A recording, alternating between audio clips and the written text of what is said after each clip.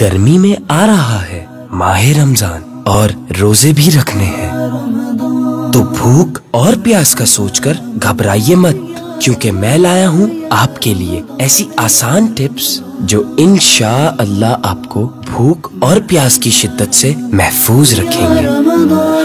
Number 1، سحری کھانے سے پہلے یا بعد گندم یا جو کے ستو کو شکر کے شربت میں ملا کر پی لیں، انشاءاللہ بھوک اور پیاس کا احساس کم ہوگا۔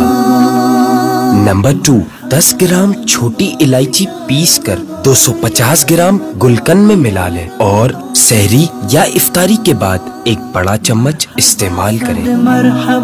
نمبر 3، سحری کے آخر میں 3 عدد چھوٹی سبز الائچی چبا کر کھائیں۔ نمبر 4، سحری میں رات کی باسی روٹی دہی کے ساتھ کھائیں۔ انشاءاللہ ان ٹوٹکوں کو اپنانے سے روزے میں بھوک، پیاس یا کمزوری محسوس نہیں ہوگی۔ اللہ تعالی ہمیں رمضان کی برکتوں سے مالا مال فرمائے، آمین، بجاہ النبی الامین صلی اللہ تعالی علیہ وسلم۔